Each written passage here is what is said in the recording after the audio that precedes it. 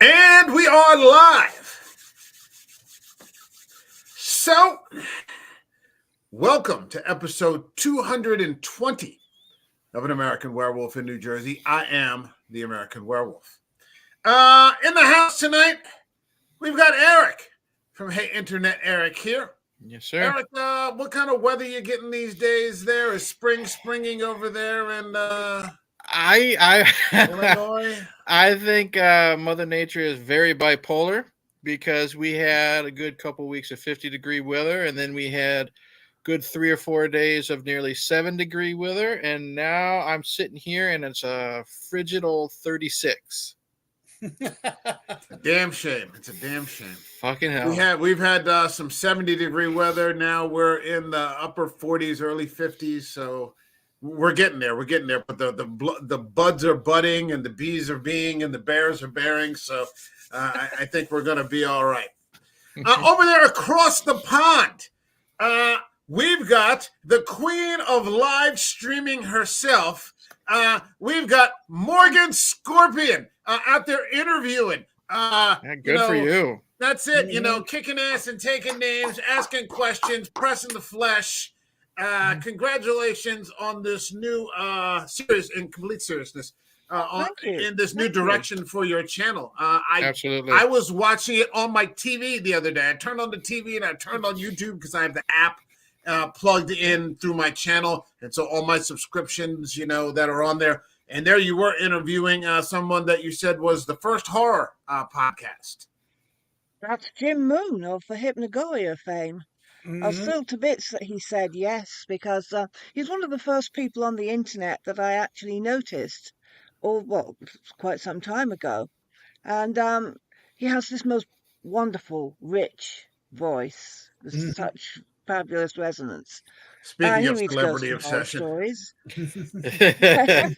Well, and in case you were wondering, we were talking about you about that. So before you got yes. Yeah, we're very happy for you. It. We might have a nice surprise for next week. We'll have to wait and see. There you go. All right. And, all right. Fingers crossed for Robin Lloyd Taylor, right? Yeah. Well, I haven't asked him. In fact, I don't think I can get in contact with him since I've been kicked off of Facebook. I would love to have him, but I think he might be a bit too big for me now. Well, we'll see if we can stalk him for you. We'll put Yeah. Well, Julia's happy to do all the stalking herself. Please try to take my word for it. Julia, what the hell did you do to get kicked? I've already got a lovely array of people who are interested in being interviewed, including the American Werewolf himself. That's it. That's it. I would be happy to get out there and we'll make that the 100th live episode. Any names until I've locked them in, but I was really delightfully surprised at how many people were willing to be interviewed. Yep. People They'll like all you be connected to horror in some way or another. People like you, Julia. It's a good quality to have. And they have a big ego. They like being interviewed. Yes, that's true also. I actually volunteer. Hey, why don't you interview me? Pick me. Hey, I'm over here. Pick me. All right, and rounding out the four of us, we've got John K. Alvarez, who's going for 29 cents a pound. John Alvarez sell sticks. I'll tell you what, let's not even fuck around. We're talking about Brandon Cronenberg's Antiviral. Are you guys ready to go? Yeah. Let's go. Boogie woogie.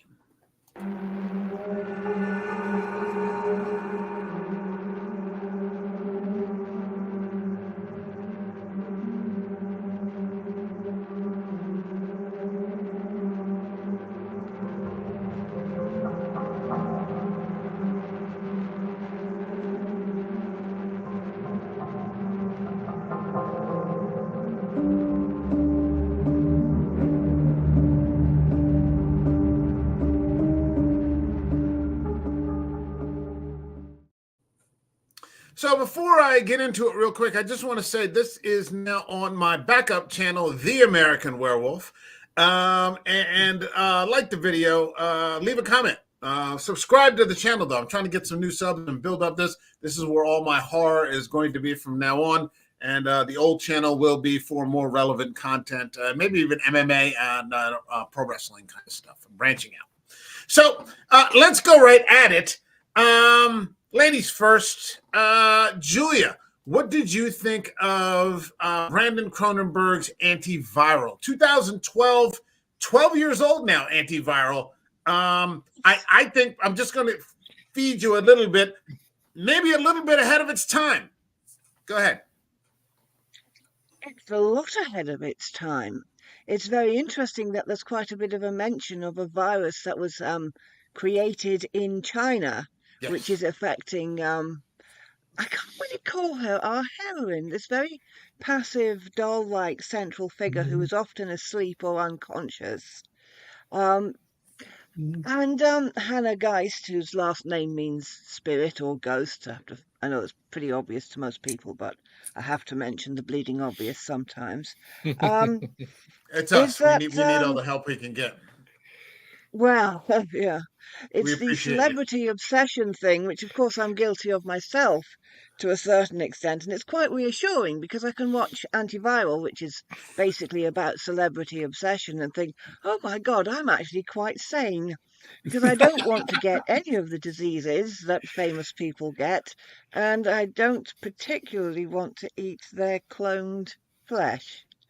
I certainly don't want a skin graft of them Yeah. because well, gross, but apparently some people are into that sort of thing. And I was also suddenly realizing that I ought to have read David Cronenberg's Consumed, because I have a copy of his book Consumed and I still haven't read it, because this is also about celebrity consumption in more ways than one. And anyway, I'm sure we'll all go into the various themes that are raised by this in greater detail later on. And this isn't the Julia Morgan show, but Not yet. Not yet. Yeah, the yeah. way it Hey. looks, this is a amazing film to look at. Loads of huge, great white spaces with various people and things juxtaposed, sort of outlined in all this white. I wonder if it's meant to symbolize the blankness that is in the hero's soul, or the blankness that is in society, which we're trying to fill with all these famous, glamorous people who we who people are describing as wonderful human beings when we've never actually met them and haven't a bloody clue what they're really like, which I'm sure in some cases will be a nasty surprise. And then some people actually are every bit as nice as they seem, which is reassuring. So I loved the style of it. Some of the special effects don't hold up if you look too closely, and you can see the join or the artificiality of it, which is considering it's all artificial. It's a movie, but some things look artificial and some things are convincingly real. And so we have a very blank male protagonist who turns out to be a scheming sicko, and a very blank female protagonist who's always objectified. And so there's nothing really to get your heart into, but to engage the brain and to engage the eye. This is a fabulous movie, and I was thrilled to bits to see it, to see that Brandon Cronenberg could carry on the torch and might even surpass his father. We'll have to wait and see. And anyway, I'm going to shut up on that for now and let other people have a go, because I want to hear what you have to say. Thanks, Julia. We appreciate that. Now, Julia took over my spot with the 8-minute fucking monologue, so we're going right at it here. All right. No, just kidding. Eric, what do you got for us? Yeah. Next thing you know, she's going to be kicking me out of the stream. That's. Don't give her that power. Kind of like we said last week with Julia, bring him back. I'm just kidding. I knew it. Kind of like last week with Possessor. You definitely have to be in the right mind frame for. I'm figuring it out for Brandon's films, and I personally don't know if I was in the right mind frame for this one. like Julie said, it is very nice to look at. There's a lot of prettiness in it. I love the white, and I like how it mixes with the red of the blood. I do like how it's kind of relevant with celebrity obsession. But man, I, I'm definitely going to have to rely a lot on the conversation for tonight because I was dipping in and out with this one. It is very gruesome to watch at times, but it's still churning inside my head right now, like because I just finished it like maybe 10 minutes ago, 10, 15 minutes ago before we got together. Mm-hmm. So it's still kind of processing what I watched. Mm-hmm. Gotcha. All right, John, what do you got for us? Just it's weird because I don't want to take a counterpoint to it, but what Eric was talking about, like dipping in and out, I was doing that last week with Possessor. Like I was saying, I remember you said that. Yeah. I was in the wrong frame of mind, I think, when I went into it, though I enjoyed it. Mm-hmm. I enjoyed this movie a lot. Like I took the whiteness of that was around, because there were a lot of white and grays in this movie, as the bland nature of the society they were in, the culture they were in, that they were relying on being inspired by these celebrities and taking it to the extreme.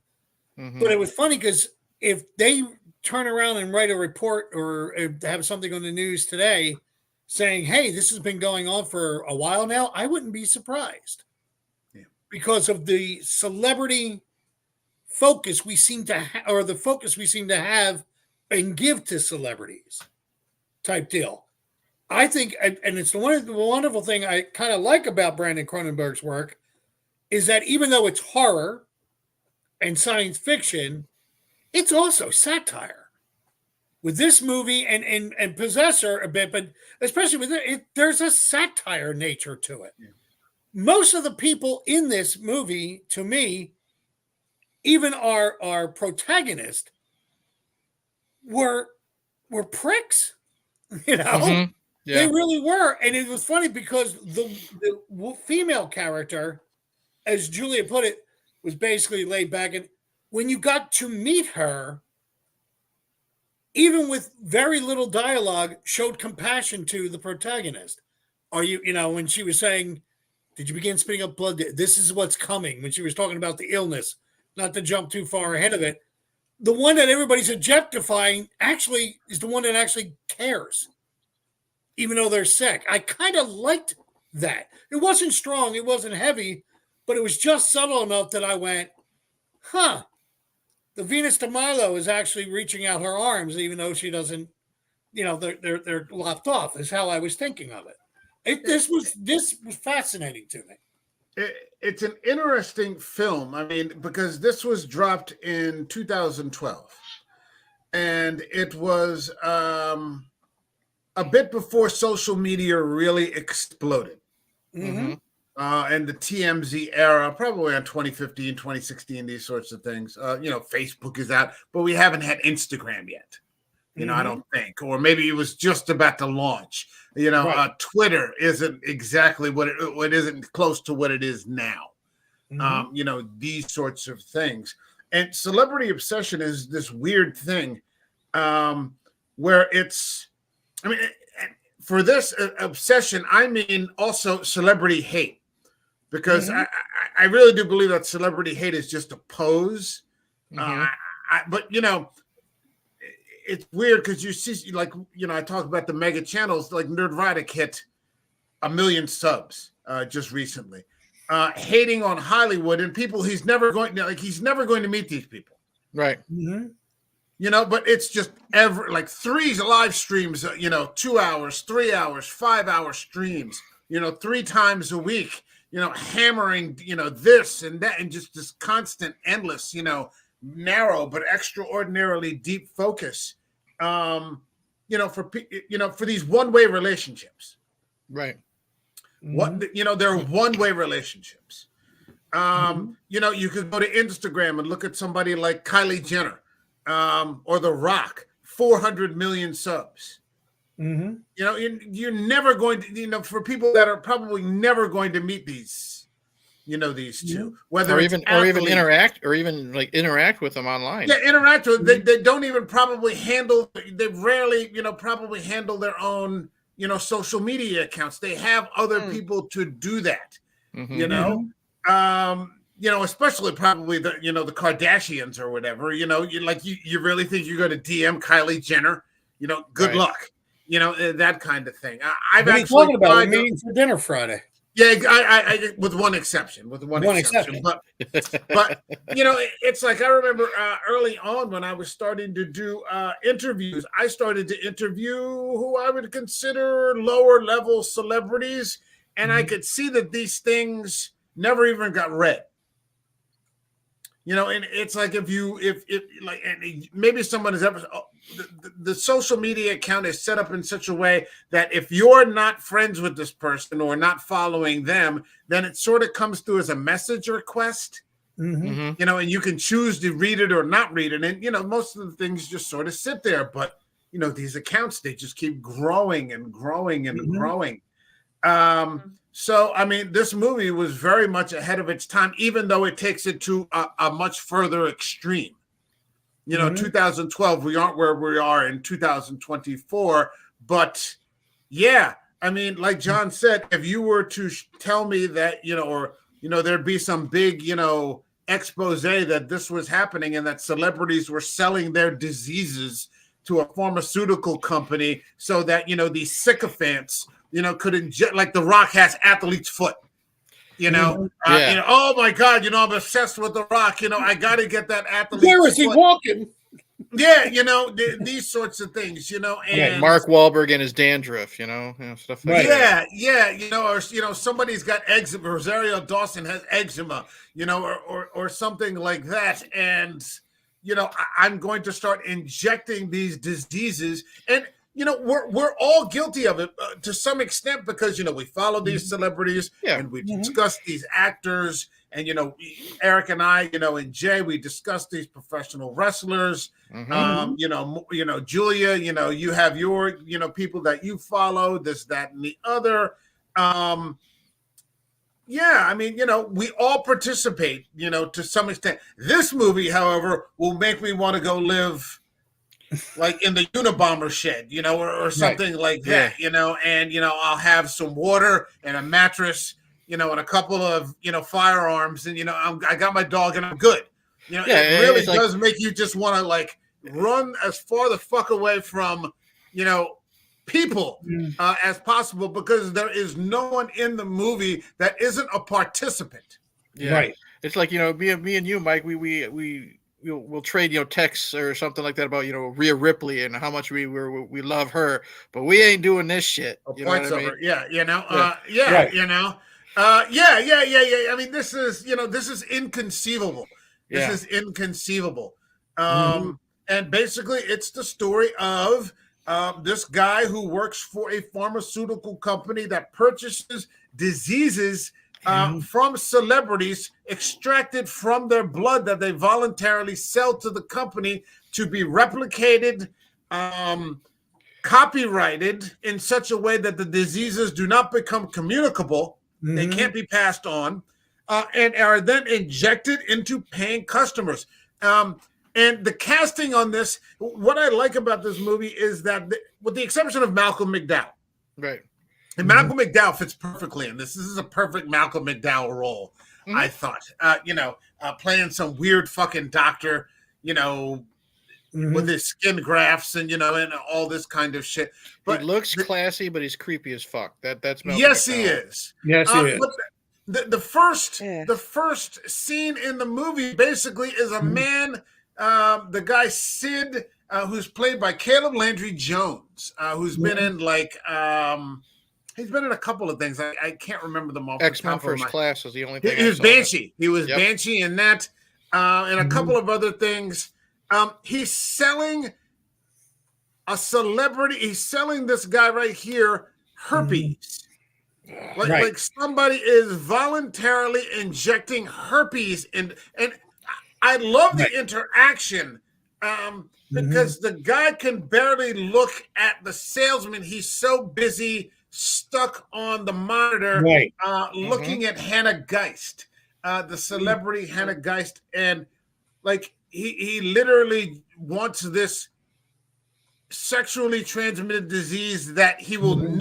This isn't like injecting a flu, or like I said, athlete's foot, or even like gonorrhea. This is a permanent disease. It's like hepatitis C or something like that, and he just. It's this erotic sort of fascination, that these people have, and it's sick and it's disturbing, and it just feels 100% realistic in today's society. He sets up the con in this scene. It's beautiful to me. It's beautifully done, even though it's horrific. I mean, he doesn't say you seem to be this type of guy. He goes, it's like you're a connoisseur. He's feeding into the person so that it gets them excited, so they even buy the more expensive one. He's not just trying to sell anything common and make the sale. He's whining and dining them without food and drink. He's not buying them anything. He's not taking them out to a dinner. He's not, and he's going to infect them. He came off to me kind of like that used car salesman that'll butter you up. And you're here. You want this model? Oh, but look, this one just came in, and it's got this on it and this on it. This would be perfect for you. So he's telling him everything he kind of wants to hear to get that sale.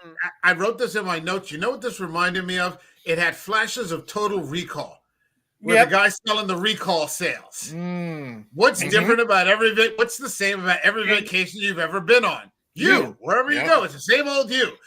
Why not be a secret agent, or a supermodel, or you kill the bad guy, get the girl, And it also reminded me, and Eric, I think you were talking about this last week a bit. The whole Glengarry Glen Ross making that sale, meeting that customer. It reminded me with even though it was red hair and a little long, it was the Al Pacino character in that the perfect salesman, bringing them in, just and nicely doing it, making it feel like it's his idea. Exactly. Amazing. Yeah. It's definitely a seller's market. But you're buttering these guys up, and in this creepy way, you're turning them on, or it's a girl, she's, they were selling that girl something. I can't remember what it was, a flu in time for the long weekend. Yeah. And it's just so sick. That's and disturbing. That's the one thing about this. It look a lot of times we already said it looks so pretty with the whites and the gray, but it's so disgusting. Knowing the fact that he's trying to butter up this kid to buy what you said, it was herpes or something like that. They're buying diseases, STDs, whatever, and they're doing whatever they can to make that sale. And it's crazy. We'll put it on your left side because that's where she kisses. Yes. I mean, Oh, fuck, brilliant, man. And I did. I got Steve, but the writer of me's going, that's brilliant. That's smart, But that's brilliant. This is Brandon Cronenberg got this off of some sort of short film that he made called Broken Tulip, which was a scene from this movie. He didn't say exactly which one, but he said, I was thinking about making it into a feature film. And somebody said, well, if you do that, I'll produce it for you. Right. And he did. He just wrote this shit out, and like you see him and he's like, I'm a really reclusive guy. So, this was, a first effort. It's an amazing and original concept. Just like Possessor. Phenomenal. Just phenomenal. And the casting of this sort of skinny, sort of extraordinarily, like in the color palette, he might as well just be, with the exception of the hair, he might as well just be part of the wall. He was his blend of the world that he was in. But the interesting thing is that this guy, and I Julia, did we skip over it, or do you want to jump in? We ran over her again. No, that's fine. Okay, but I mean, the interesting thing for me was not that this guy was just some sort of hustler. He was consuming his own product. Yeah. Yeah. He was he was like the drug dealer that's getting high off his own Stuff. drugs. Supply. Right, and Yeah.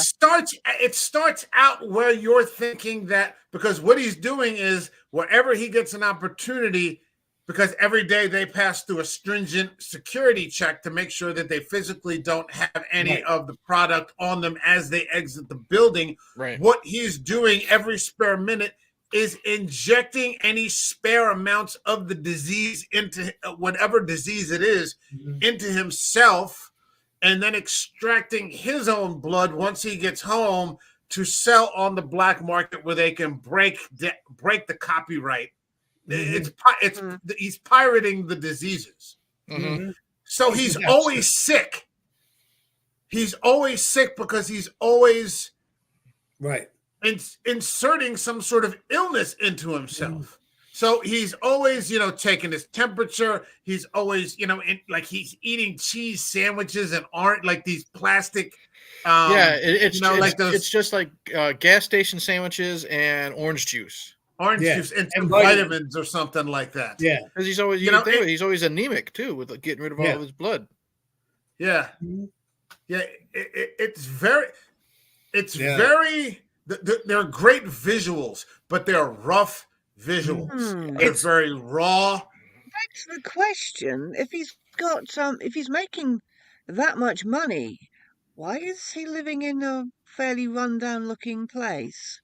It's a great question, and I don't know if I see. It wouldn't surprise me to know that he was making next to nothing, and that like everybody else that works here, he's hooked on his own product, either by association, like everybody else that works there, because it's all they ever talk about. Nobody's talking about football. Nobody's talking about the wife or the kids want to go away this week. All they ever talk about when they're together is some minuscule fact about some celebrity and some urban legend about whatever.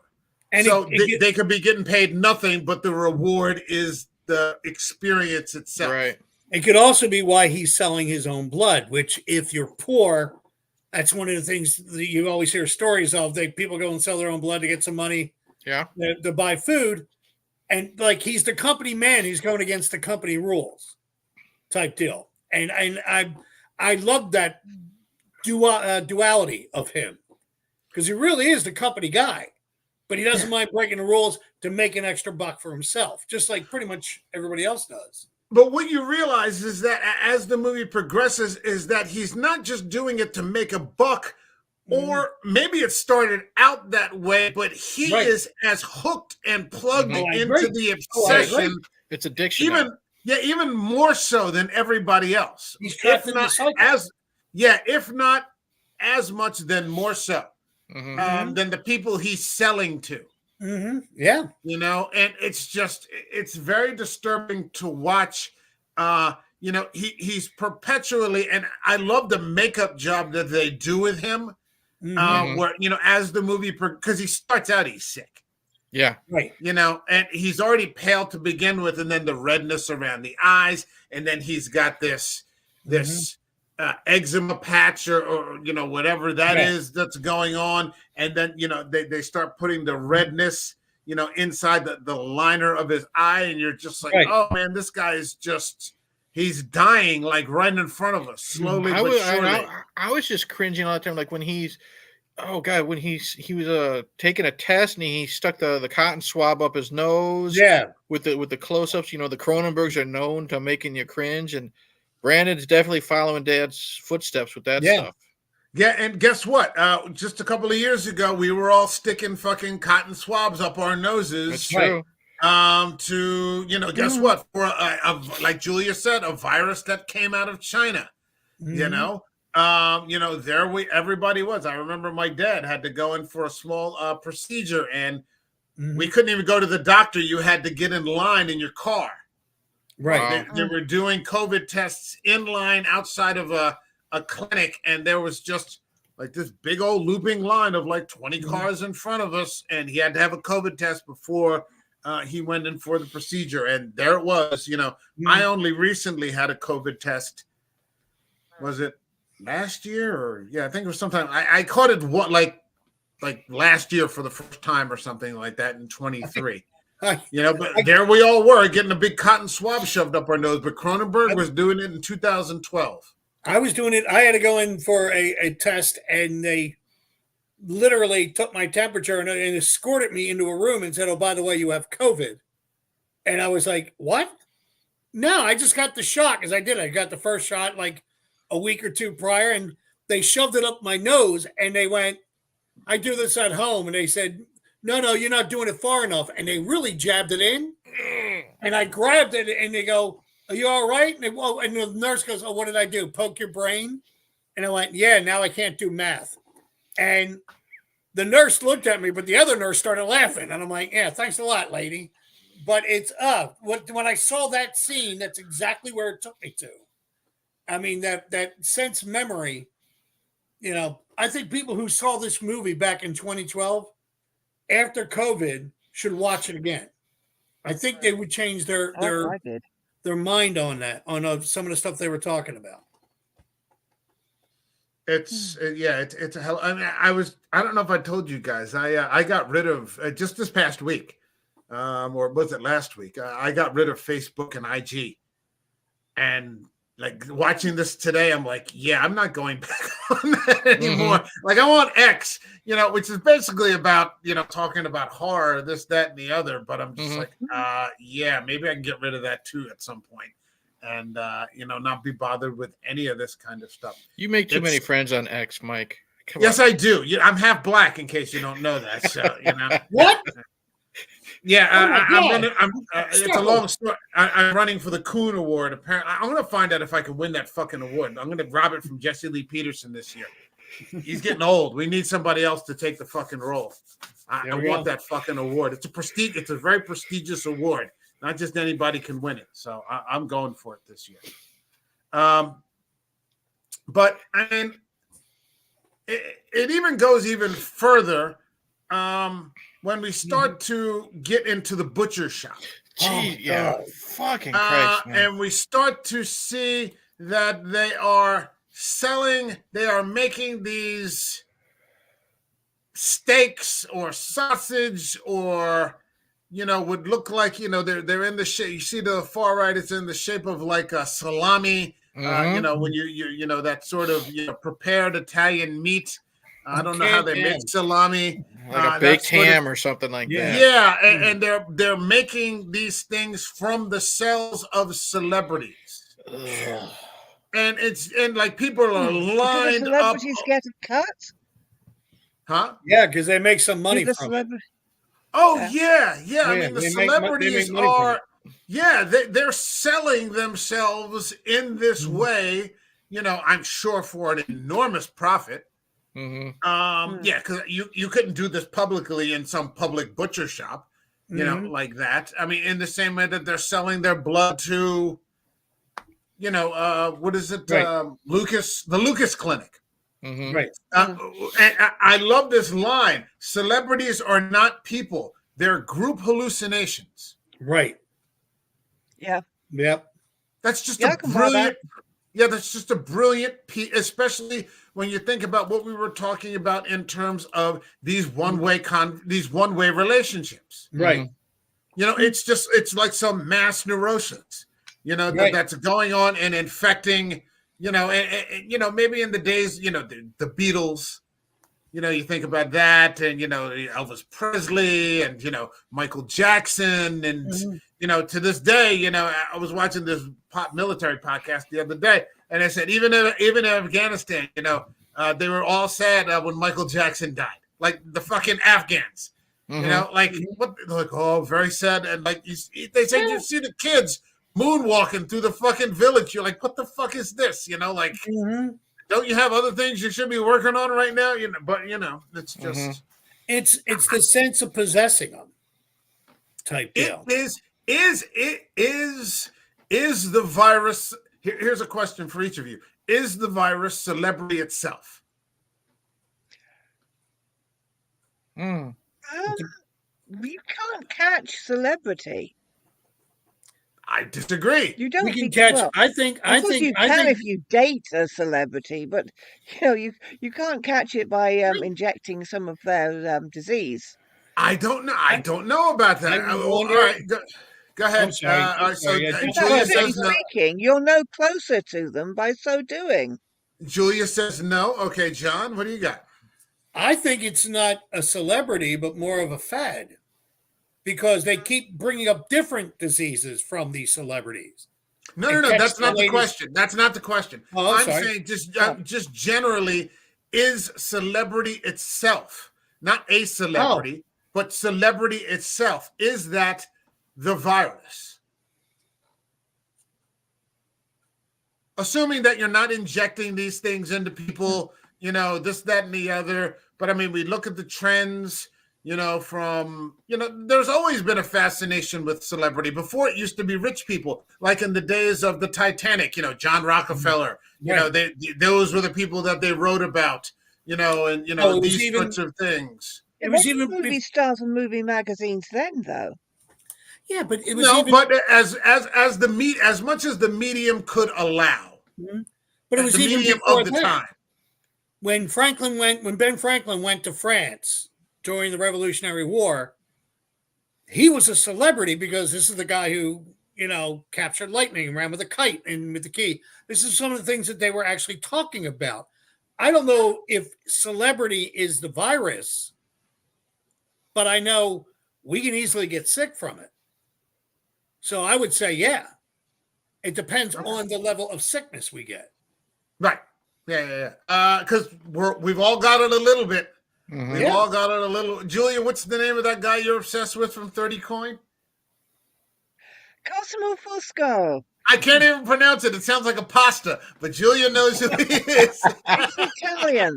I always want to say fusilli. I'm like, no, that's a pasta. I can't remember. Eric, what do you got? That's tough, man. Virus, I don't know. Obsession, absolutely. I look at it as a way of being a part of them. I can see, like, having a part of them inside you might make people think that they're in a relationship with this, and that shows. No. I'm not talking about in terms of the film. I mean, generally, just like the world we live in, is celebrity itself the virus? It could definitely make you sick. If you could definitely make you sick, I know that for sure. Right? Can I add something to that, Mike? Yeah, of course. Yeah, you've been. I didn't know if you were going on. It depends also, like, using another virus as an example, let's say the flu. Depending on the person, too, it depends on how bad the flu affects them. I'm willing to state that celebrity is a virus, but I also think it's the person themselves, how they handled this particular type of virus. I mean, come on. A couple of years ago, what was it? For Michael Jordan, it was like, be like Mike. Mm-hmm. They came right out and had people wear these shoes. You'll be like Mike. Drink this drink. You'll be like Mike. They still sell to this day. Jordans still sell to the kids to this day. Gotta have their Jordans. They just made a movie about it last year. How it got sold. Yeah, with Matt Damon, wasn't it? Yeah, with Matt Damon. Yeah, but that's the point about it is I think it's also has to take in the person themselves when they face this virus. I think there has to be a hole for that celebrity. Nature abhors a vacuum. So I think within the person itself, there has to be a hole of some sort for that sort of obsession to take root. If you have a grounded, life and you have, things going on and, these, because everybody knows a couple of people that just have no idea what's going on in the world. Like they go home, they go to work, spend time with their family. They're not on social media. Everybody knows some people like that. And they're just like, who? Who's that? Who are we talking about? This, that, or the other. My next door neighbor's like that. And I can't remember somehow he said Ray Stevens. Oh, that movie with Ray Stevens. I'm like, who the fuck is Ray Stevens? And he meant Ray Stevenson. Which isn't a mistake that any of us would make. But he's so disconnected from everything. And so, there are people like that out there. So, we know these things. Are we injecting, and eating fucking, steaks. No, but There could be But we people eat out there that stuff would, to though. eat it. I Oh, absolutely definitely are. in this day and age, Yeah. yeah, absolutely. Look at In fact, look at this the kind could of girl. be something coming down the road, in another 10 or 15 years. Would it surprise you if this went mainstream? No. No. The next generation of Kardashian or whatever, and I'm not a Kardashian hater, one way or the other. But their kids or something are selling, Mhm. or Beyonce's daughter or something like that, or This is my pinky toe. yeah, Yeah. I've got a hang now, I've got, whatever. Yeah. It I mean, wouldn't but look at surprise me in the least. I mean, if you look at I'm going really weak on this, so my apologies. But I know people who have gone to the Carnegie Deli in New York City where they have sandwiches and meals named after a celebrity because they Sure. want to have their favorite celebrity, whatever the meal's named after, it's there if it's there. And I looked at them one time. I said, "Don't get me wrong, I love corned beef on rye with a little Swiss but no, I'm not buying it because of the celebrity. I like corned beef. Yeah. It's but I know some people who would do that or have a drink. Mm-hmm. The James. I mean, there was a bar I knew in Cape for quite some time. They were calling it the James Bond Martini. Oh yeah. Vodka martini, shaken but not stirred. And it was funny because people got mad at me, and I said, "Well, you realize it's a weak drink. They're saving money." Because the chipped ice weakens the vodka and everything else. And of course, he's a spy. And I started throwing this stuff at him. He's a spy. He can't get drunk. That's why he has to have that because it's a weaker drink. And they're like, "Shut up, man! It's Bond." Yeah. I mean, I do, and I nod my head. And I go, "Okay." But it's not. We're on that verge. Mm-hmm. I just lost my train of thought, but I mean, yeah, I can totally see this coming down the road. Can totally see it coming down. Oh, that's what I was going to say real quick. We were talking about Bond for a second. I love that idea that I put up in the group chat today. Somebody said you should have Timothy Dalton for the new Bond come back as M. Yeah. And never tell you if he's actually just old, because there's always that rumor that James Bond is just like a pseudonym, just the number, that there's always another 007 coming in or another James Bond. It has been different people all this time, and it would be great to have Dalton come in as M and him never tell you if he was actually Bond or not. He's just M. That would be fucking great. That would be fucking great. And Bond would go, "You know what this is like." Yeah. It's just these little references here and there, but never clue into it. It'd be fucking awesome.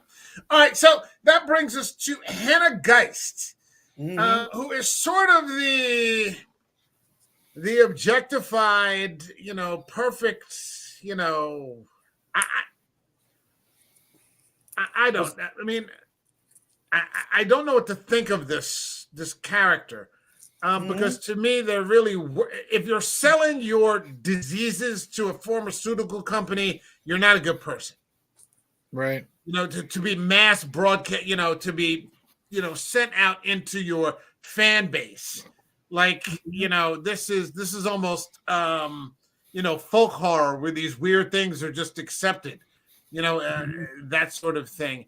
But I mean, she dies, and after Sid injects, he gets the opportunity to go to take a sample of her blood and immediately inject some of it into her.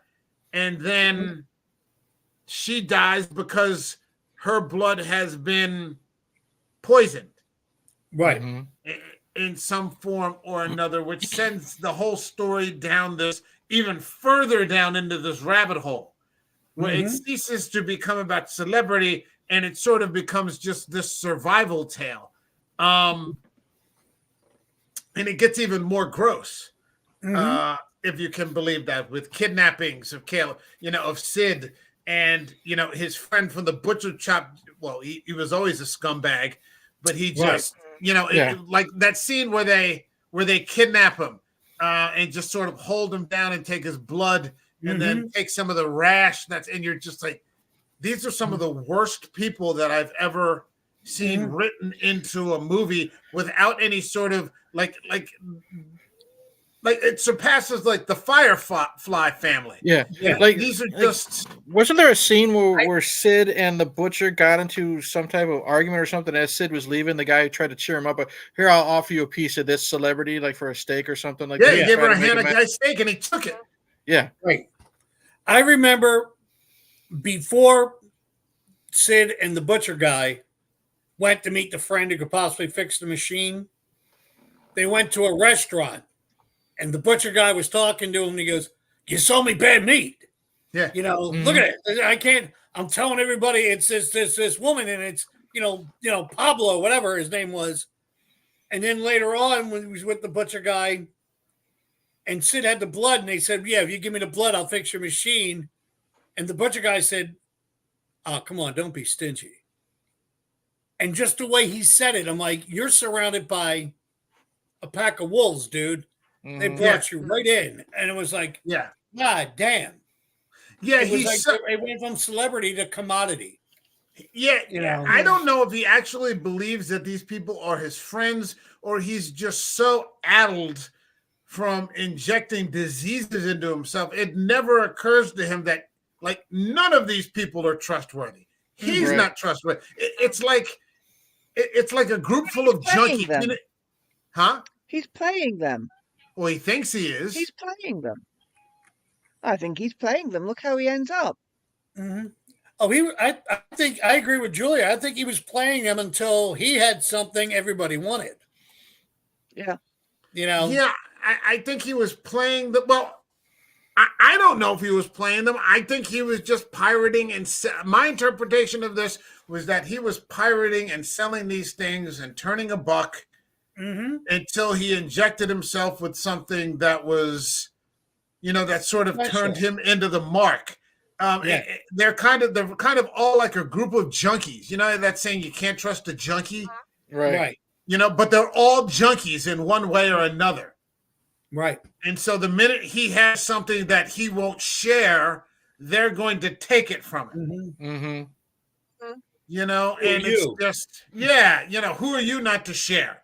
Yeah. You don't get to keep what's yours. Everything belongs to, whoever Only can his, get though, it. because he stole it in the first place. Yeah. But not to He them, stole it's it in not. the first Yeah, place. they don't care. So really, They want it. They want it, and he has it. It doesn't matter where he got it. Yeah, and so if he can't, No, I'm just he talking doesn't about the deserve to do it. morality of it. If you stole something and somebody steals it from you, you don't get to complain about bloody thieves because you're all the same. Yeah. They're just as It's bad like as he is. no He's honor just as among bad as thieves. they are. Yeah. I don't know about that. I mean, it's like when they were taking the blood from him, and I go, okay, they got 3 vials, and they just kept going. Yeah, and I think they started took like counting it 5. in my head, and I'm going, holy shit, they're not stopping. Yeah. If they could have drained him, they would have. Well, why kill the goose that lays the golden eggs? That's true. Yeah, I mean, but they were like, wolves. They were or vampires. If we want to go. Yeah. Keep I it in think the heart. vampire is by far the best description. Yeah. Yeah, it's I think there are levels to this. And these guys are operating at a lower level. Yeah. It's like the levels of hell. These people are operating like Levine. Like Levine, what was that line? I don't think dignity is a valid currency anymore. Right. It's not in their vocabulary. These sorts of human qualities, it's gone. To be a part of this lifestyle. That they live. Dignity and any of these sorts of things are not. They're not part of it. They're not part of it. It's just. Let's get back to if we can. the question of Hannah Geist is that there is a virtual reality Hannah Geist that we Mhm. meet. You know, the Mhm. woman in the box is Yeah. incredibly sinister. That she's obviously there as a fantasy object, Right. Yeah. you know, to put like a sort of a puppet to enact a Mhm. fantasy. She's not a fantasy girlfriend. They're not going on a date No. or No. going to a fun fair or going Yeah. to a ball game. No, it's not the This girlfriend is experience. No. No. It's not a girlfriend experience. It's a hostage experience. Yes. I'll do whatever you want. Um, Do you want me to Yeah. hurt myself? yes, Yeah. yeah, and Mm. I have to say I haven't actually seen that much of it in the various fandoms. I'm a lot less involved in online fandoms than I used to be, believe it or not. Mm.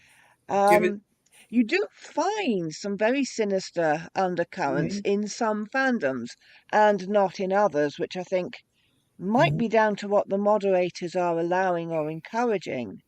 Um, That for follows. the most part, you have a lot of innocent fantasies about being the heroine who saves the day and the hero rewards you with his Mhm. undying love sort of thing. And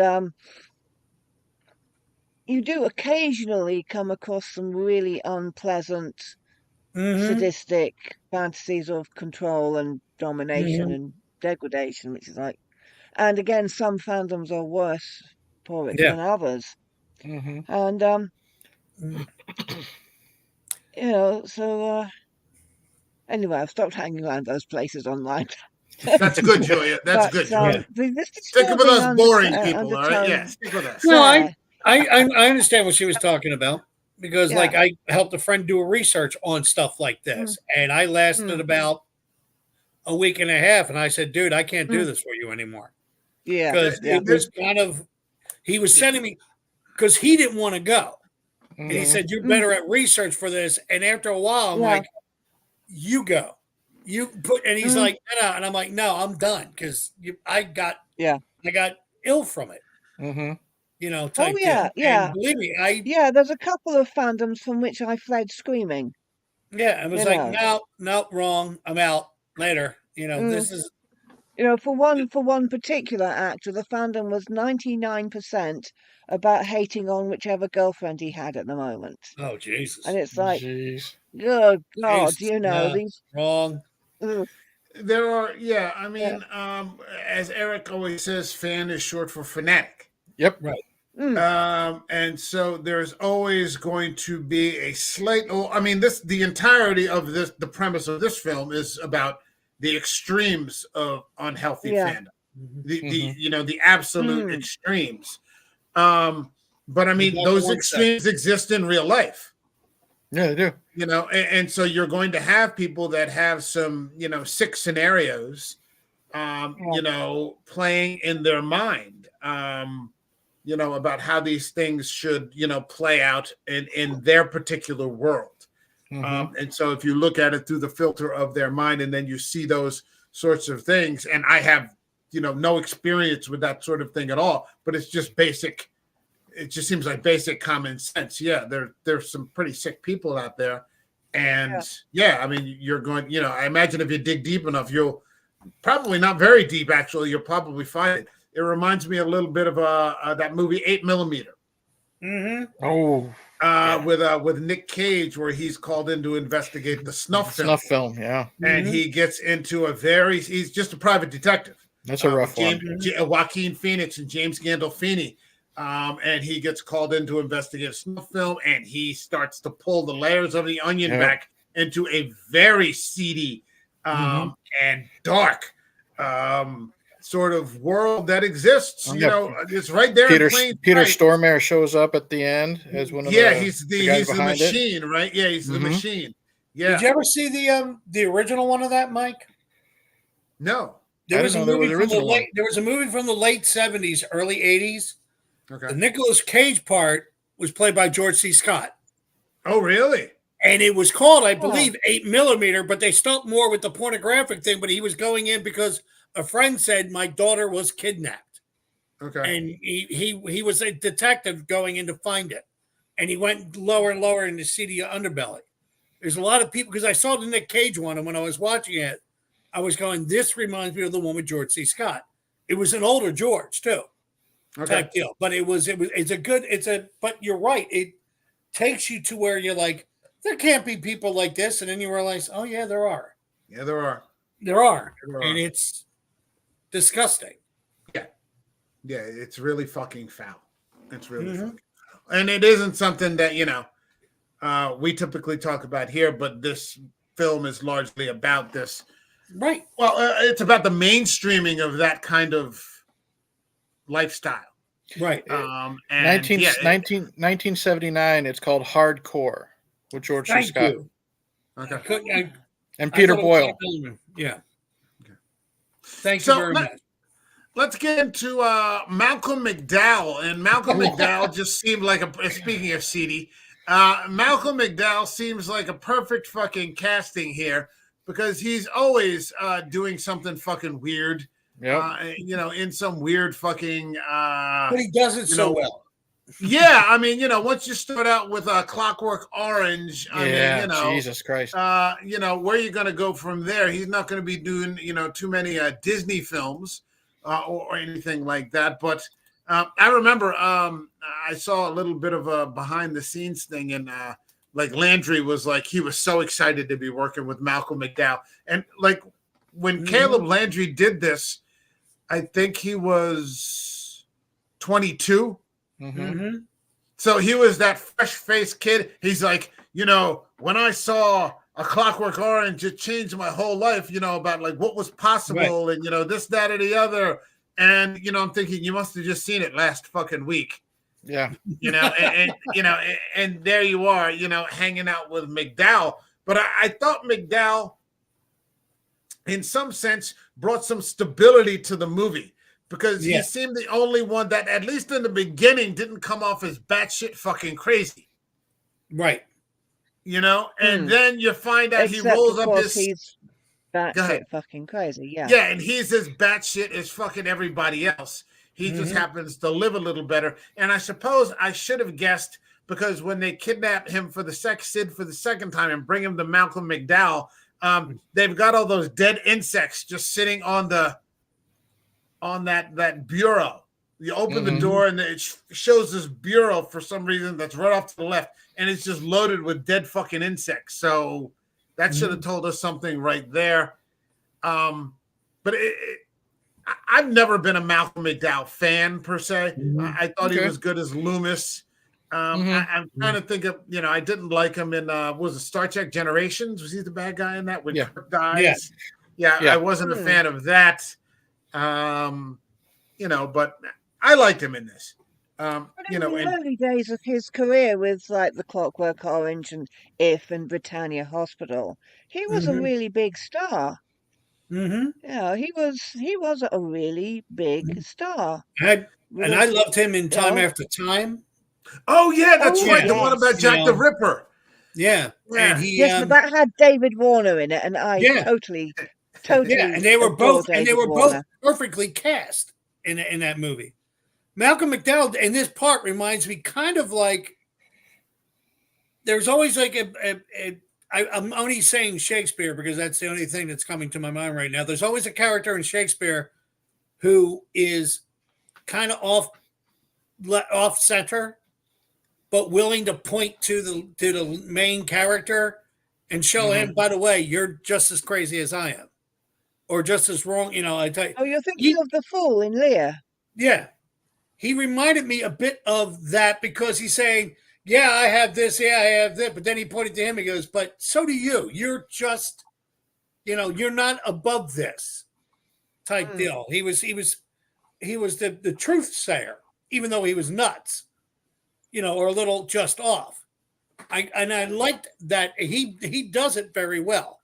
That sense of authority. Who can point he's got gravitas. He's got gravitas. That's the thing. I was just looking on my phone, just like his filmography, and he doesn't pick the best movies to be in. You know what I mean? No, I don't know what happened with that. Yeah, somewhere he fell off. Yeah, he's definitely one of those, hey, I'm an actor for hire now. I'll do anything type of thing. But the thing is, any decent actor is an actor for hire, I think. Right, but what I'm saying is, even in like bad movies like fucking Tank Girl, you know what I mean, and you know, and stuff like that, he is always that character that brings you in. You know what I mean? Because he's got, you know, a gravitas, or he's got that just that personality that even if the movie's garbage, he's usually 99.9% of the time a great actor in anything. Even in this movie, he was mostly doing exposition. Mm-hmm. And we've criticized exposition, but the way he made it work, and I'm going, he just has that ability to pull it off. And like I said before, he's just so dignified at times. You know what I mean? Yeah. It's the accent. That's all it is. Yeah. It's the accent. Look how, like, even as Loomis, you know, especially the first one. I even though I love him as like the asshole in the second one, but like even the first one, and we know Rob Zombie's style, you know, it's white trash, you know, fuck this, fuck that type of stuff. He was still so professional and just, you know, dignified in that super dark, I hate to say trashy movie. You know what I mean? He was able to pull it off in that type of film too. Yeah, and that was really something when you consider that he had Donald Pleasance's shoes to fill. Yeah. You know, that's not an easy thing to do. And I thought, Pleasance added a lot to that original film. Yeah. You're like, oh, it's that fucking guy from The Great Escape. Okay, Donald Pleasance. Okay, I'll watch this, you know, and if you weren't a horror fan, you might have, you know, our parents might have recognized, oh, it's Donald Pleasance. Okay, you know, I'll sit down and watch this with my kids. My mother was. Our parents. I was there. I had my mother. She sounded offended, Mike. I had my mother. Oh, jeez. Sensitive Susie over here. No, I was. I had my mother. I remember him from Beyond the Grave. Donald Pleasance in that, playing an old soldier whose daughter has supernatural powers. He's starring opposite his daughter Angela Pleasance in one of the sections on that. I remember him in Escape from New York. Yeah. Oh, jeez. That was that one with the not horror. It wasn't Horror Express. It was about a monster living in the London Underground. And I've totally forgotten the title. Yeah. It's a very gruesome film. Don't forget Prince of Darkness as well. Carpenter. Oh, he's great in Prince of Darkness. He's great in Prince of Darkness. He was also in Citizen Kane. He was also in the Twilight Zone. You know, he did he was in Citizen Kane? Yes. Look it up. He plays one of the minor characters. Donald Pleasance was one of the original people. Young actor with Mercury Theater with Orson Welles. He was one of. I love Orson Welles. I just love him. I mean, Agnes Moorehead is in Citizen Kane before she did Bewitched. These are people who came from the stage and went through this, and that's what brings the gravitas. Sorry, I love Orson Welles, man. We never talk. There's usually not much room for Welles here on this format, but I mean, like, I could watch The Third Man like 7 days a week.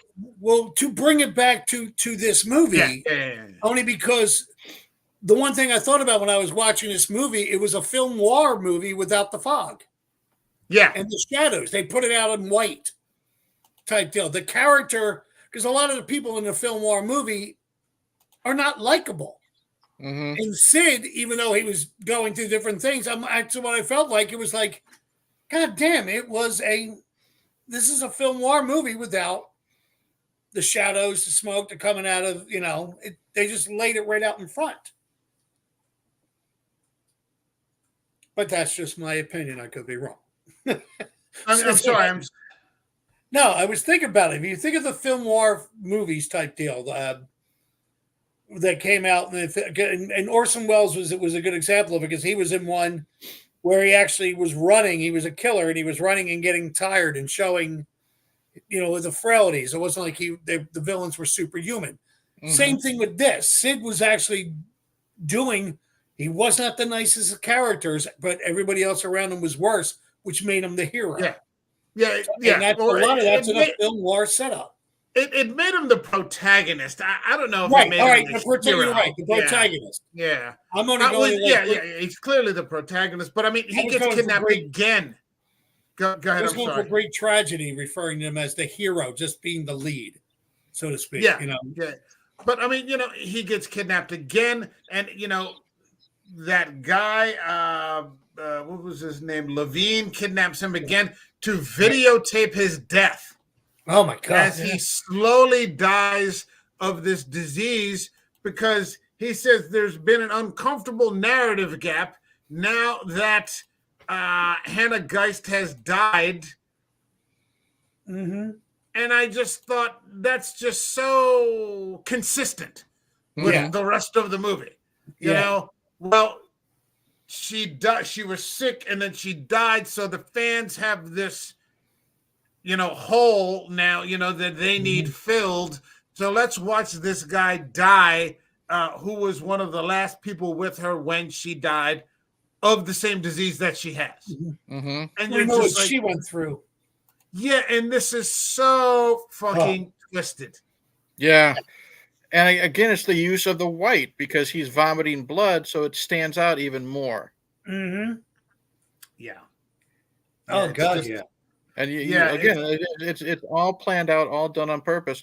It's like hospitals are clean. They look clean, they look nice, but it's all this disgusting stuff. And lack of a better term, not to be disrespectful, of things that are happening, you know what I mean? Whether it's surgery, whether it's patients dying, vomiting, everything like that in this nice, clean looking environment.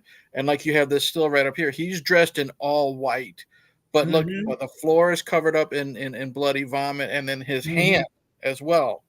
Yep. And then you see the bandage on his arm that sticks out because it's big and it's white, but you have these little bits of the rash and stuff like that around it, so you can still see it being offset by the color of the white.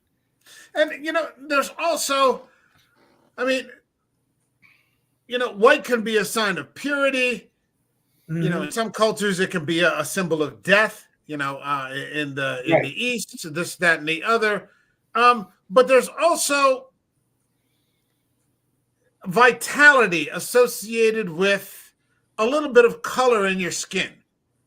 You get, so there's none of that here. Everybody is very pale. Right. The skies are always sort of overcast and metallic, it seems like. All of the decor is just this, sterile sort of psychiatric hospital white. And it's just it's almost a character, like the setting is almost a character in the film. And so he eventually escapes from this kidnapping and manages to cut himself a deal by going even lower. Like the way out isn't through, the way out is under. Right. And cuts a deal with his competition to give them access to Hannah Geist's body now that she's died. So that people can view this sort of decomposition. And that is what gets him the cure to the disease. And you think that possibly there could be a way that he's going to find his way out of this. But just like Possessor, that didn't happen in Possessor. No. The way out was to go under. And so the way out for Voss to get out was to have her family killed. Right. That was the way out. Here, it's very much the same. It's like that. It's like Ari Aster, man. There are no happy endings here. Like Hereditary or Midsommar or Beau is Afraid. And he cuts the deal, and it's foul and it's disgusting. But then it goes even lower in that he still can't keep away from her fluids. He can't keep away from her. Right. Yeah. Well, he could just stay next to the, the anti, to the... The thing is, he thinks that's her, though. Right. Because it clearly isn't. It's a meat puppet.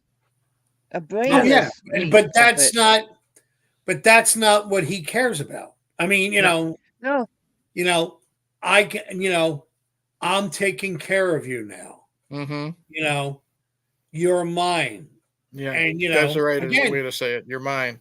and the thing is, he's now become like the doctor and the other guy who we referred to as vampires, and he's doing practically drinking her own blood. Not even taking it with a syringe and injecting himself. He's ingesting it. Yeah, he's physically touching it. And that's her arm through the thing. There's just absolutely no redemption. No. There's no redemption. There's no release for her. No. You're right. No, none. When she Absolutely. remains an object of sick people's obsession And worship. Yeah. and worship against her will. Right. Or maybe not even against her, because like I said, I didn't really consider her to be an admirable character if she's selling her diseases to the first company. Mm-hmm. Yeah. So she places herself in this position, although in this particular setting, there doesn't seem to be anybody that does it. Right. There's no contrast, with like somebody who's saying, hey, what the fuck is this? Like, She needs the money. If she is this all big, famous celebrity woman, why is she so desperate for money? She has to I don't think it's just her. Herself. I don't think it's just her. I think it's her handlers. Mm-hmm. I think it's that whole concept of is there enough? When do you say enough? And it's other people who are saying it's not. Like any celebrity, there never seems to be enough. Like we were saying the other day, why the fuck is Arnold Schwarzenegger making life insurance commercials? Mm-hmm. I mean, why is Ice-T selling, fucking auto insurance? When is there? When do you get to? When is it enough? When is enough? And I remember watching. What they're after is not the money, but the attention. The relevance, and that's just what I was going to say. Mike, like the wrestler that just can't stay retired. You know what I mean? They don't want to be forgotten. I was just watching this. I forget what the YouTube channel was, but it was David Duchovny. And he was going through like a 15-minute video of his entire, brief, talking about his entire career. And I think at that point he was 62 when he made the video. This was last year sometime, actually.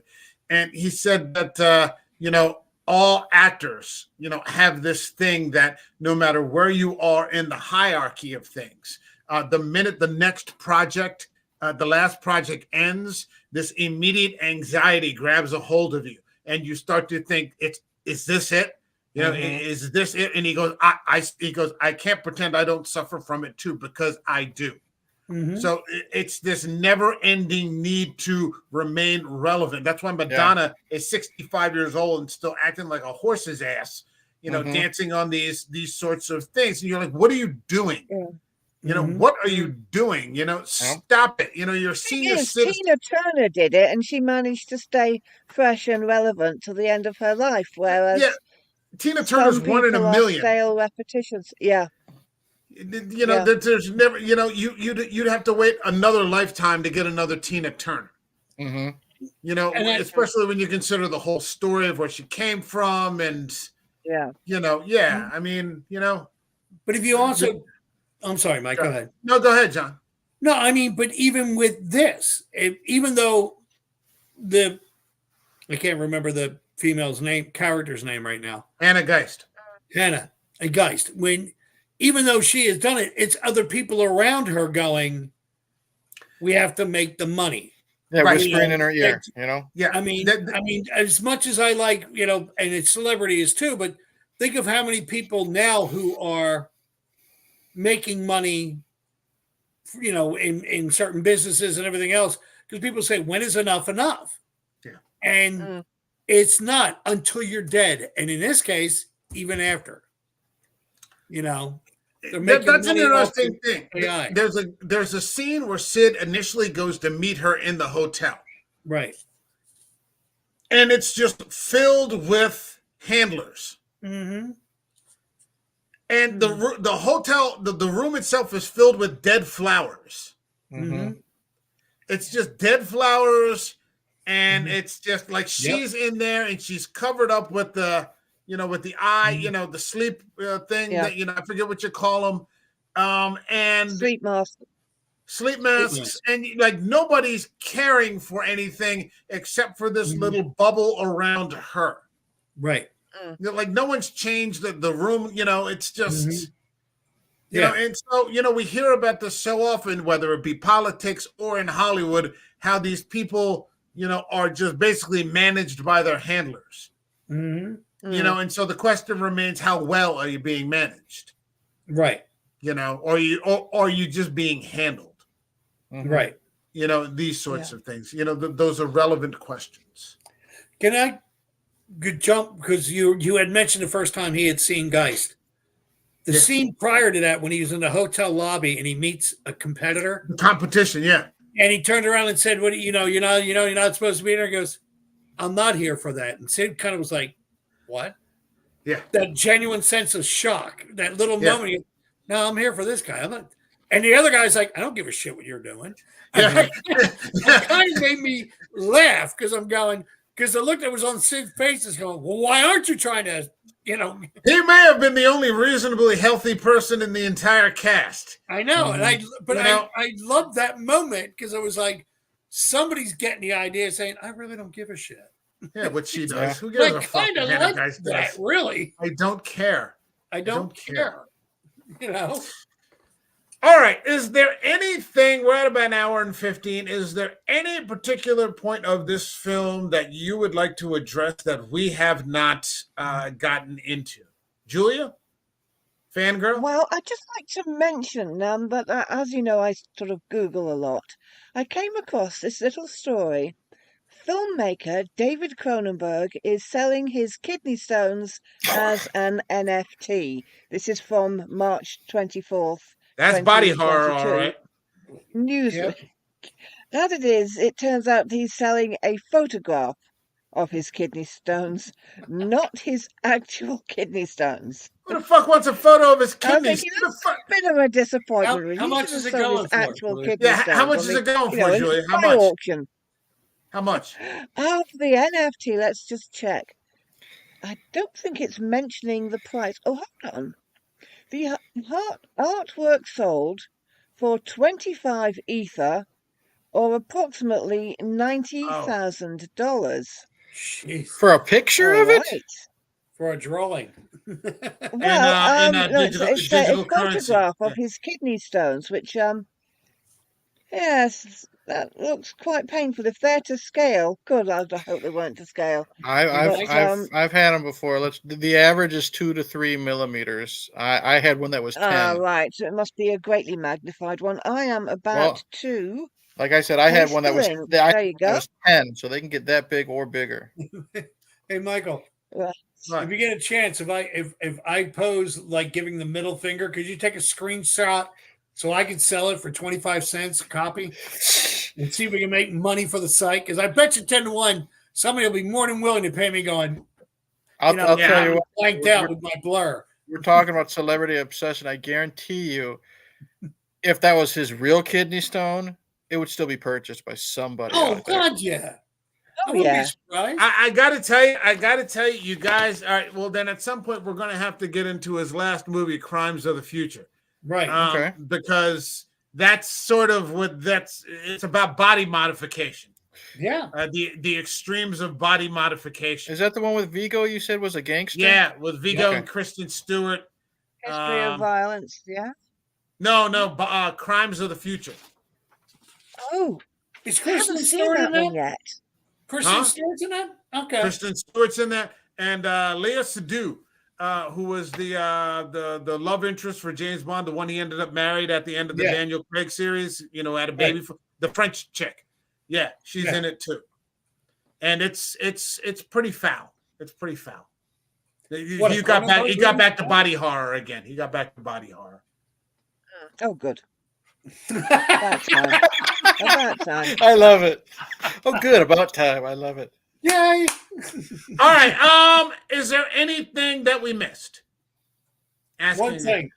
Yeah. For me, because I did laugh at a couple things. I was very surprised how much humor is in this movie. Not a lot, but there was some in there. I'm going. When Sid comes walking by and trying to get in to see the butcher. and the guy who grabs him was the character in the beginning that he sold the herpes to, and he already had the herpes going on his, and he didn't recognize him. I laughed my ass off at that. I have no idea why. Hey man, wait in line, and you don't even recognize the guy who. That was really there was a couple of those moments that really made me laugh.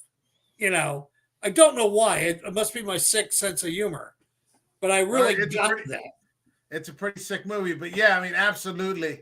You could see, you're not cutting in this line. You're not cutting in this line. You're going to get your Hannah steak when everybody else does. All right, let's get to the part in the stream where we rate the film.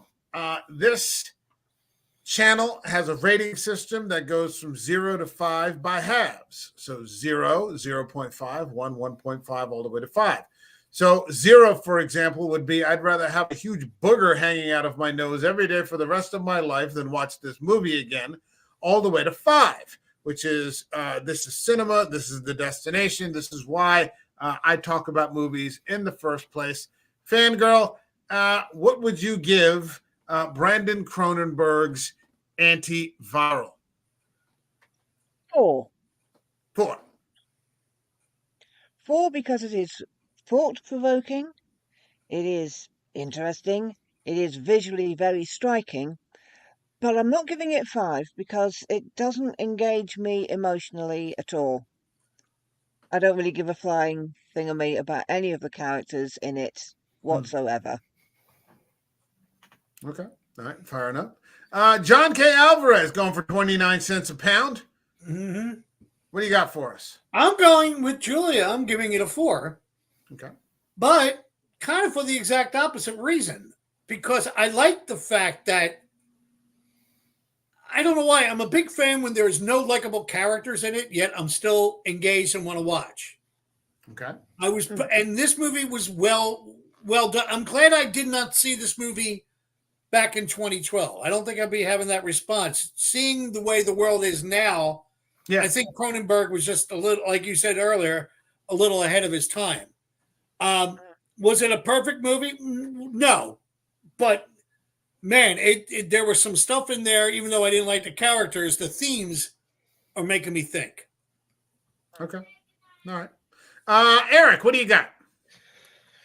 Okay, this is going to be tough. But I'm going to be. Let me ask you this real quick, Eric. Like Possessor, did the conversation help? Maybe a little, but I don't think I'm going to change my score. Okay. I think I'm going to give it a 3. As of this recording, first time watch, just finished 15 minutes before we went live. We'll give it a 3. It looks very pretty, even when it's got some disgusting moments. You know what I mean? Like him vomiting on the floor.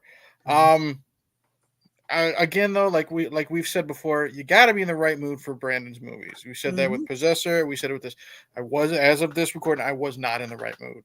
Okay. I was not engaged a lot by a lot of the characters. I think it's because, like to agree with Julia, you don't really care about them, or at least I didn't personally. I didn't really give a shit about any of them.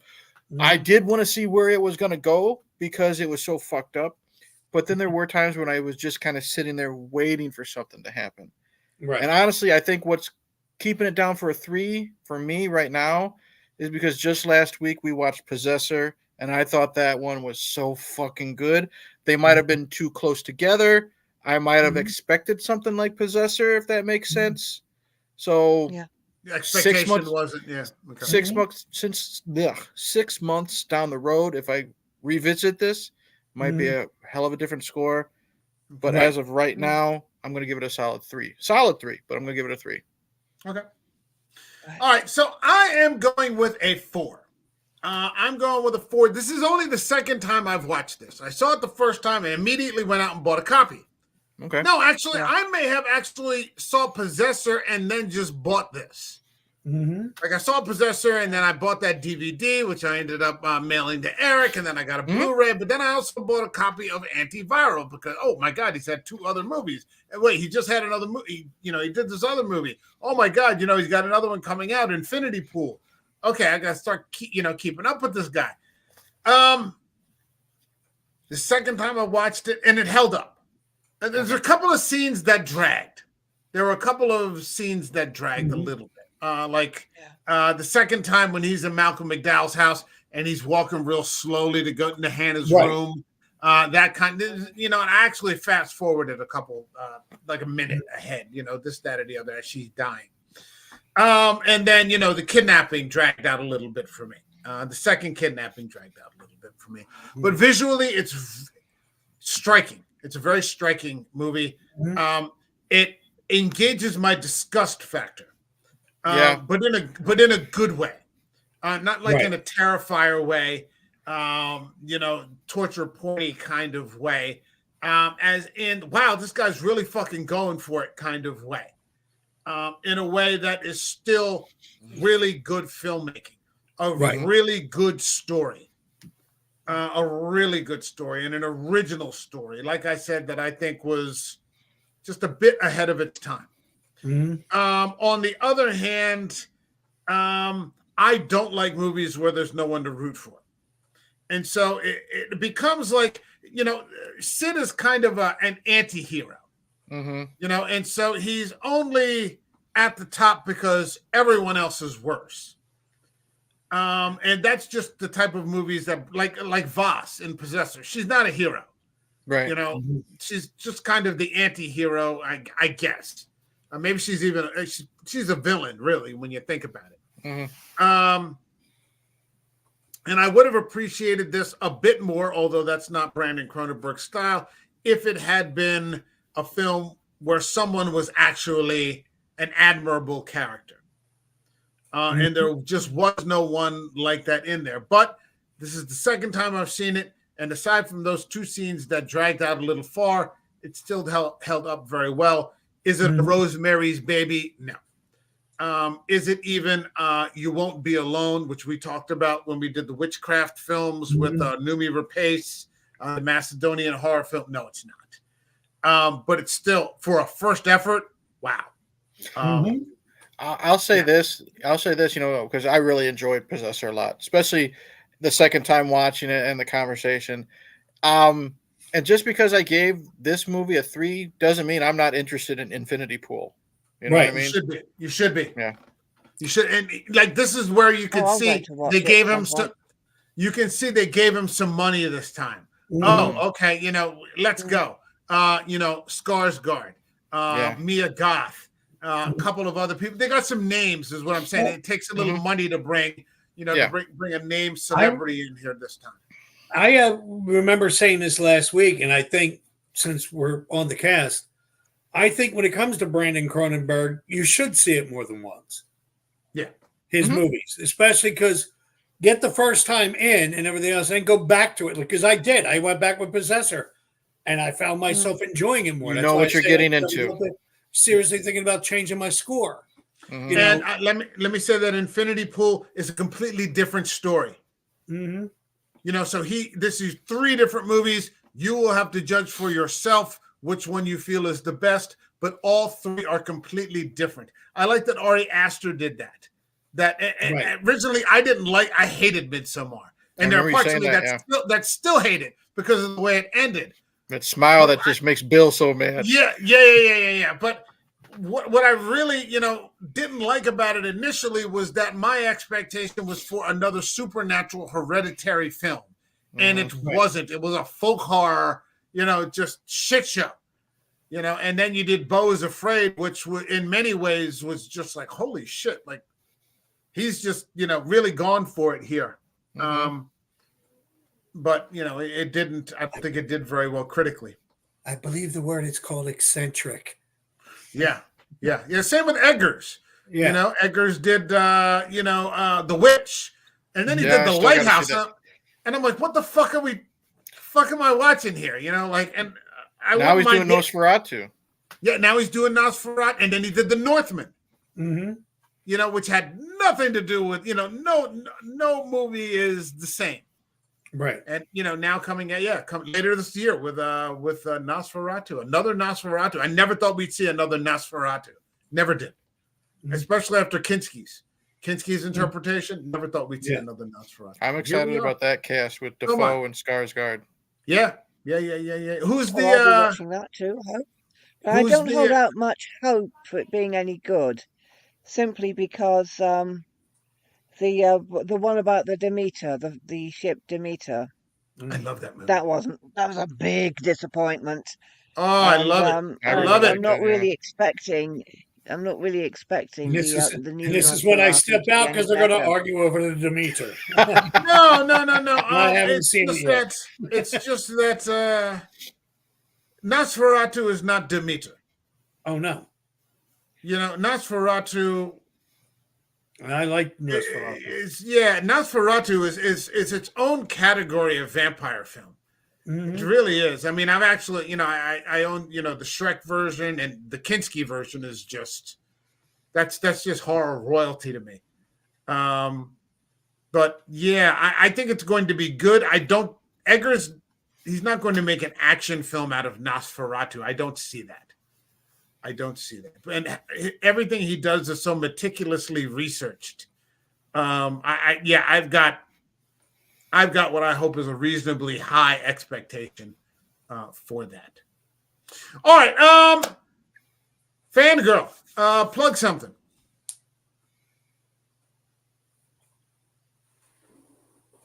This means you. Oh, right. Sorry, I completely forgot that I'd changed the title. Plug something. Mano de Hierro. It is a Spanish TV show, TV show on Netflix, if you can call it TV. Lots of violence, lots of gangsters, lots of drugs. A very beautiful port of Barcelona.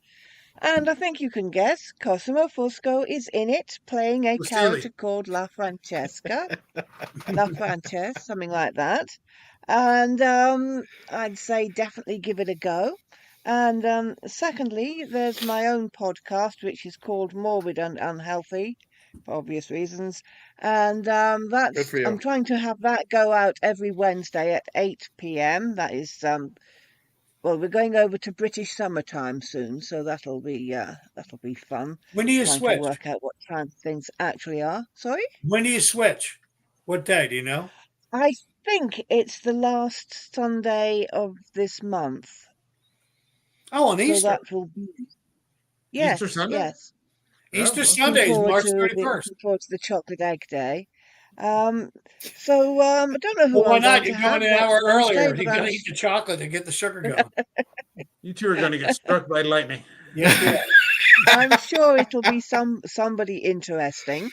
We won't know. I won't know who myself until closer, but I just you go, hey, never who's know. on? You never know.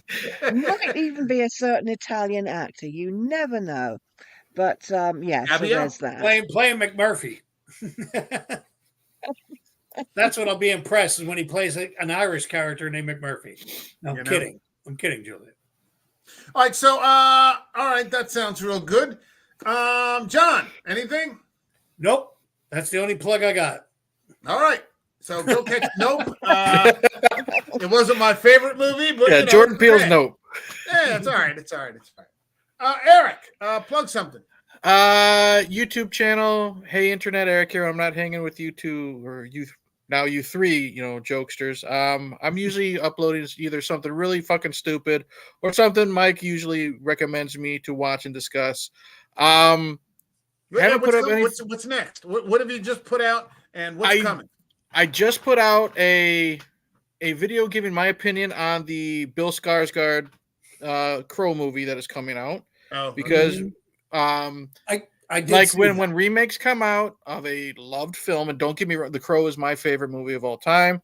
The internet has to explode and go batshit, and think it's going to be the worst film ever. I discussed the negativity, and it's not just if you hate a remake, God bless you, go ahead and hate it. But if you're going to be really fucking stupid with your reasons, that's what my video is about. Discussing, the movie's going to suck just because the trailer had a song you didn't like. That has nothing to fucking do with the finished product. Right. You know what I mean? I discuss the director of the original film talking about how they shouldn't, he literally said, take a dump on Brandon Lee's legacy. Well, I also said maybe Brandon Lee wouldn't have a legacy and still be making films if he didn't die on your movie set. And then I go on from there. It's true. I know. working conditions were a little safer, he might not have a legacy right now, still be making movies. I was always of the. Go ahead. I'm sorry. No. And then going forward, it's still movies I have never seen. This whole year on my YouTube channel is going to be movies I've never seen, whether it's classics like The Godfather.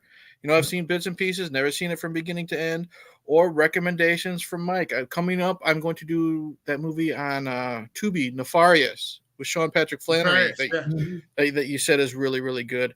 Yeah, I want to get into some Edgar. I want to discuss The Witch because I've never seen that. And some other things I got planned. I don't want to throw out too many things because then I might say it and then change my fucking mind. Okay. Hey, Eric? Sure. Before I actually came on tonight, I'm not just saying this because you're here, I got to see your thing on The Crow. Because I was actually doing some research on YouTube about the movie so I can kind of put my thoughts together. I saw that. That's a great thing that you did. Well, thank you. I sat there and I agreed with you, I believe, about a good 99.9% of the time. I disagreed 0.1% just because I want to be a dick. But that's okay. That, I really liked what you had said because I agreed. Well, I appreciate that. And I've said before, remakes do not tarnish the original. You will always love that original movie. Right. And I also said, you know what? This might be, a John Wick type of action flick, but you know what? It could still be entertaining. And do you really want to end the Crow series on Edward fucking Furlong as the Crow?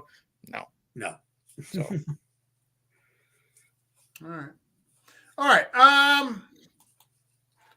For me, I've been a little slow actually with uploads and live streams, and I've just been at a fucking crazy pace with a lot of things, and I've got to get back into that. So I'll have some content coming up on regular American Werewolf.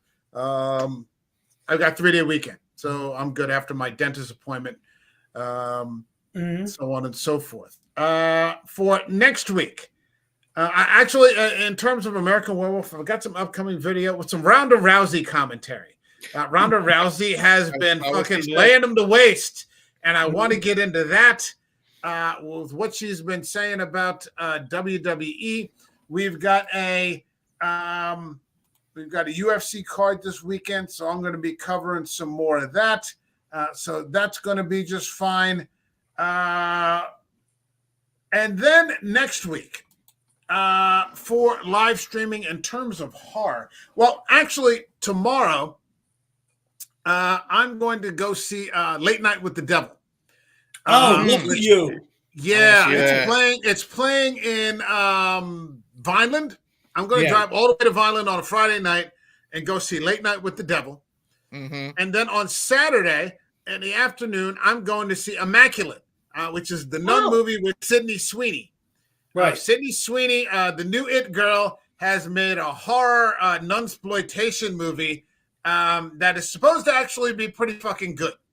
The guy I talked to, my friend James Hancock, he went to see it and he said I would definitely enjoy it. And my response was, why the fuck did no one tell me that Sydney Sweeney made a nunsploitation movie? Because absolutely I'm going to be there. So that's going to be like my those one evil nun movies, don't you? Oh yeah, I love the As nun. long as it's played by Sydney Sweeney. Sydney Sweeney. I got nothing wrong with Tassia Farmiga either. I mean, I thought the Nun 2 was a great sequel.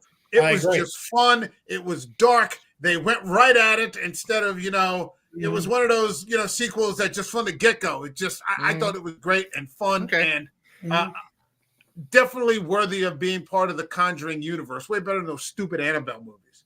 Okay. But I'm going to do that.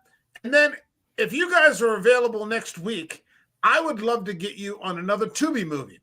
Okay. That I'm very happy about. And I may actually I can't get Tubi. Okay, well, let's see if you can access it anyway. Tubi or not Tubi? Personal Shopper. I've been wanting to check that out for a long time. I've seen this movie. This is Criterion Collection. Check it out. Personal Shopper with Kristen Stewart. It is a paranormal film that I just fucking love. And she plays a medium who is, as an American in Paris, 6 months after the death of her brother. Her brother was also supposedly a medium, and she is remaining in Paris 6 months after his death because they made a promise to each other when one died before the other that one would send the other a message. And so she's waiting in Paris for a message from her dead brother. And it is just this beautiful, and it's filmed in Paris. So Paris is just one of the most beautiful cities. It's available on Amazon Prime UK. So, yep, count me in. Okay. All right. So I'll see if I can get the Bengal guy here. He said he wasn't able to. He agreed to do Antiviral, but he said he wasn't able to get time to watch it this week, so he apologized. But let's see if we can. I would like to have a good panel for this. It was one of those things I think I've discussed already with Walk the Cinema back in the day, but they haven't been on in like 9 months. I have to send them a message. I think they moved. Their situation changed or something like that, and because you were on their podcast and then they were on yours for the same we've been back and forth several times, and then all of a sudden, somewhere in the middle of last year, they just dropped off. They say the average podcast or channel lasts about 6 months. They opened the front door and said, "Wait, that's their son." Well, you know what happened is, you know what happened. Yeah, well, there's that too. But what happened was they started going off on these weird tangents. I think she took over like the choices, and so next thing you know, they were watching like La Dolce Vita, and I'm like, all right, well, that's a fucking switch. I mean, I like Fellini too, but I'm like, shit, okay, that's and then they didn't last long after that. So I don't. Yeah, I remember they were on our Gerald's Game episode, and I haven't seen or heard from them much since then. Yeah, I think that was the last time. Yeah, for some Mike Flanagan. They were pretty cool. I liked them. Good people. All right, so I will see you guys here next Thursday. Personal shopper, and this may actually be, I think I know what I'm going to do now. All right. So, sorry, I'm thinking, thinking out loud. My thanks to the queen of live stream, Morgan Scorpion herself. Thank you. My thanks to John K. Alvarez. Hopefully he'll be up to 35 cents a pound next week. And my thanks to Eric from Hey Internet Eric here. We will see you all in the next video. All right, everybody. Take care. God bless you. Cheers. Thank you so much. Thank you very much.